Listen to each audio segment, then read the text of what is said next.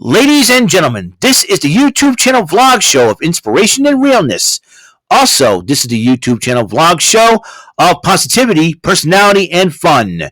This is Eric Lima Shenanigans of 1977, and now the perpetrator of these shenanigans, Big Beefy E himself from his Big Beefy Man Cave in New Bedford, Massachusetts, Mr. Shenanigans himself, and the two-time Chilling 3000 2022 End of the Year Awards winner, Eric M. Lima.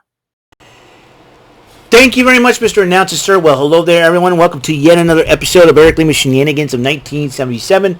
It's episode 872 of the show. This is the 8th edition of Big Beefy E's Boston Sports Beat, where I talk about all the Boston sports and try to talk about, the four major teams in our Boston sports. And it's me being a Red Sox fan and a Patriots fan. I try to follow the Celtics and Bruins best way I can, and I would keep up of all the information if I can on here. All right. Now, the Red Sox have been having a very, very tough go-around. Since splitting the series up against the Yankees. The Yankees took 3 of 4 against the Red Sox. The last win they had was the 5-0 shutout this past Thursday. The Red Sox are on a 4-game losing streak, I should say, right now. They got swept by Toronto. Shut out by Toronto Friday, 3-0. And then Saturday and yesterday, both of them on walk-offs.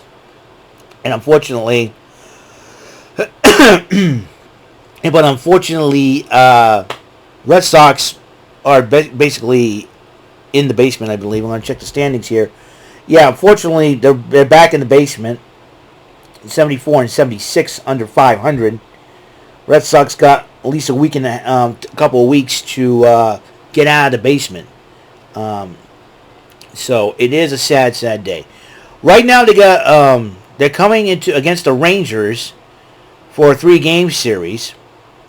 In fact, they have one tonight, 2 games tonight and tomorrow night at 8:05, and then they got September the 20th, this coming Wednesday, a 2:05 game.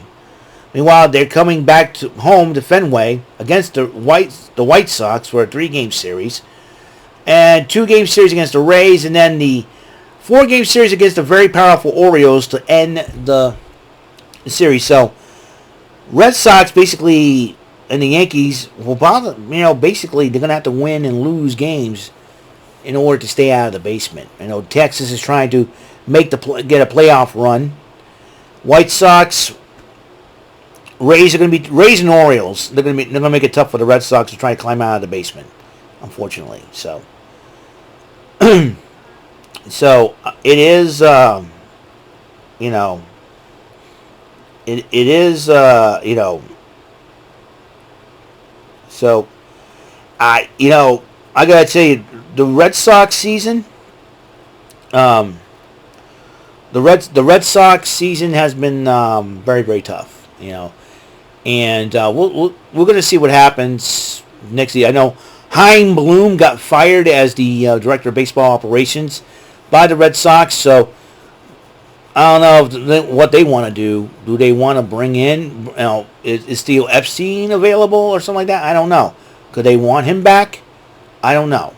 Theo Epstein was the guy that basically was the catalyst for the Red Sox to break the curse. You know what I mean?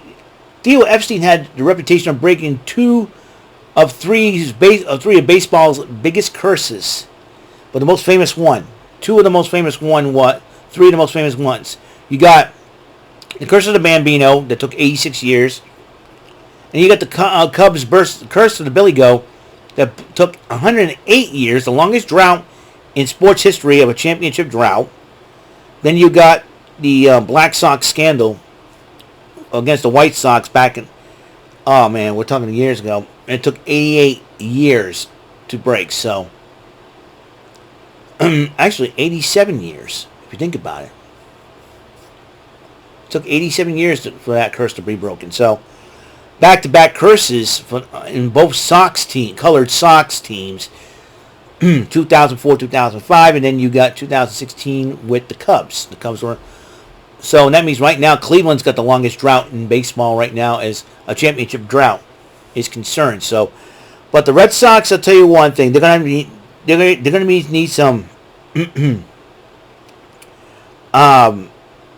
They're gonna need to make some major changes in the off season, and I got a hunch that Alex Cora might be let go. I don't know. Do they believe in Alex Cora? I don't know. Yesterday was a very, very tough day for New England sports because once again, the New England Patriots rallied but fell short as they lost by a touchdown, 24-7 to the Dolphins. And with the standings right now where we're at, the Dolphins and Jets and Bills all on top. The Patriots are in last place. You know what it is? I'm not mad. What's been happening is the other teams have been jumping ahead of the Patriots as far.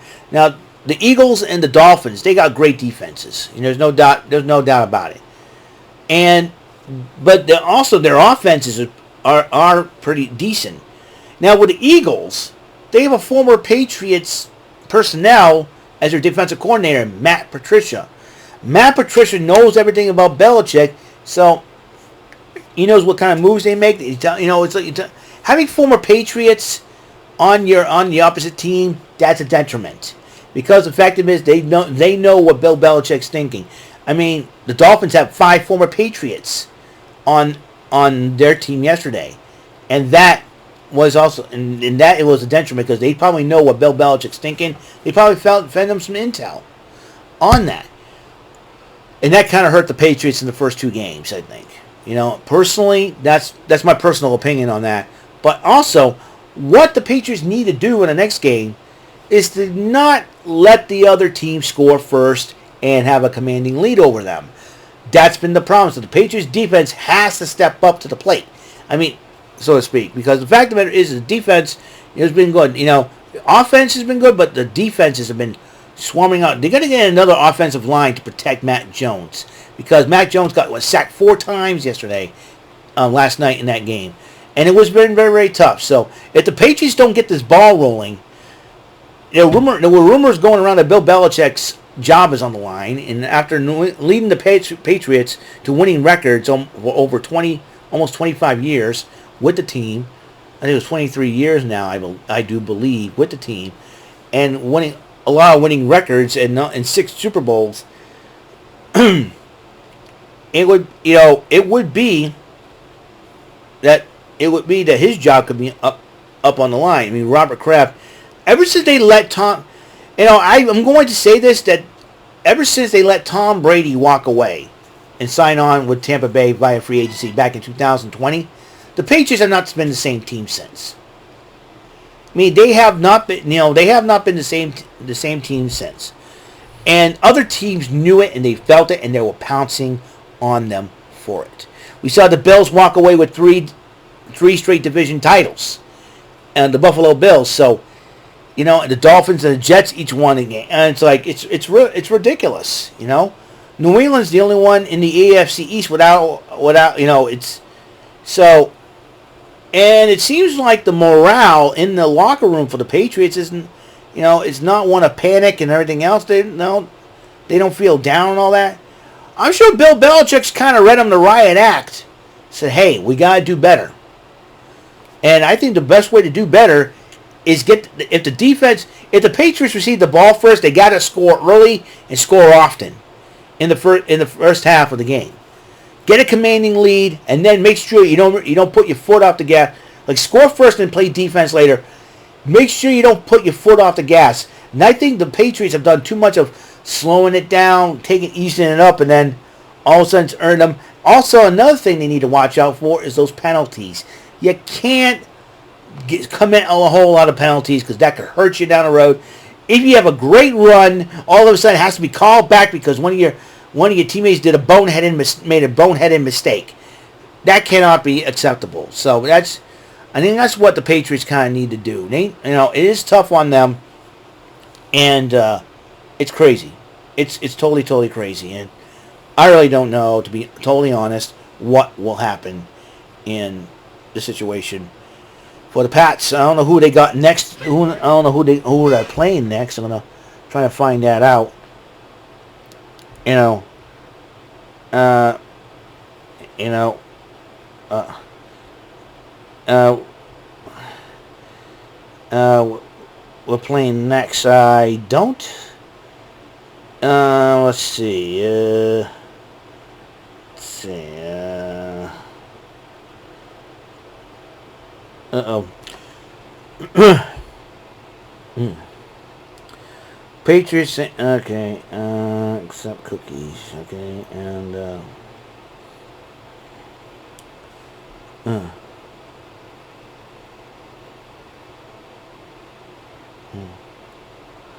Later. Yeah. Tyreek Hill taunting some of the whole fans by waving goodbye. It's felt tremendous, man.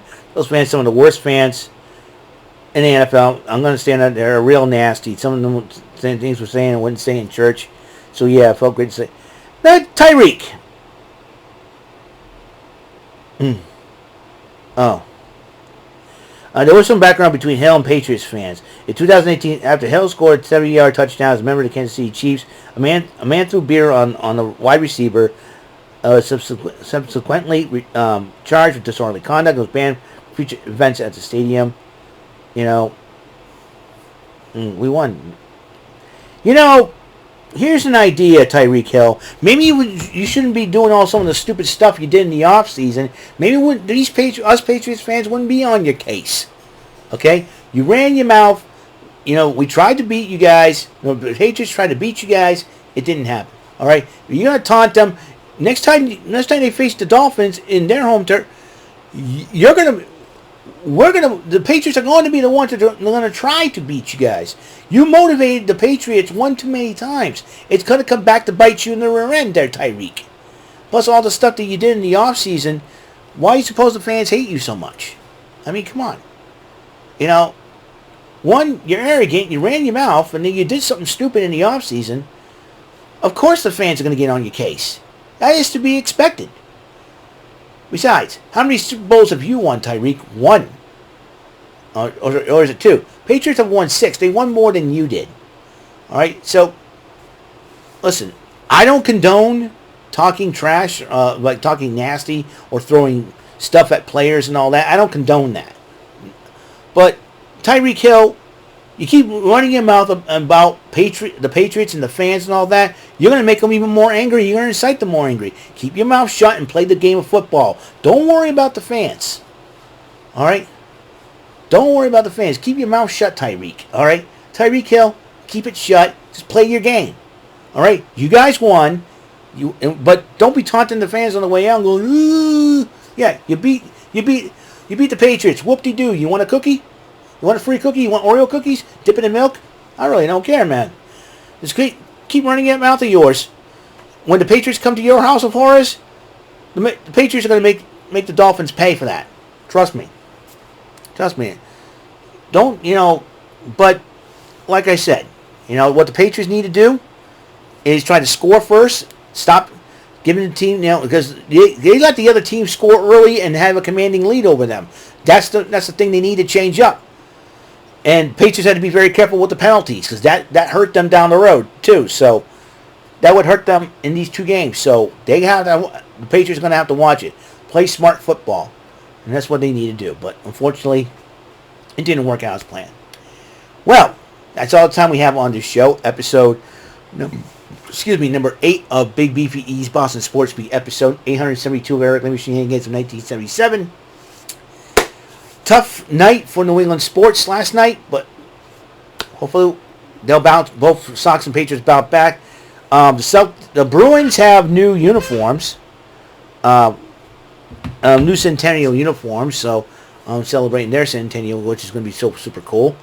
And then you got the Celtics trying to see what they could do, bounce back from a big defeat in last season's playoffs. Almost made history like the Red Sox did in 2004. Almost made history, but it came up short. We'll see what happens in trading away Marcus Smart may not be a great decision, but we shall see. So that's all the time we have on this show. Thank you for tuning in. Later on this afternoon, 5 o'clock on the Mr. Garrison 96 channel. Bofers and the Sofas at 5 o'clock. Join the madness. Let's have some fun there. All right, on the live chat. So I'll see you guys later. You guys have a wonderful day. Until next episode comes rolling around, Mr. Announcer, take us home, sir. That is all for today's episode of the show. This is Mr. Lima speaking for Eric Lima Shenanigans of 1977. A Big Beefy E, do it for Bob Saget production. And in association with A Sweet Bowl for Raving Dingleberries Telepictures and Distribution. Thank you for watching another great episode of Eric Lima Shenanigans of 1977. Until the next episode, goodbye for now.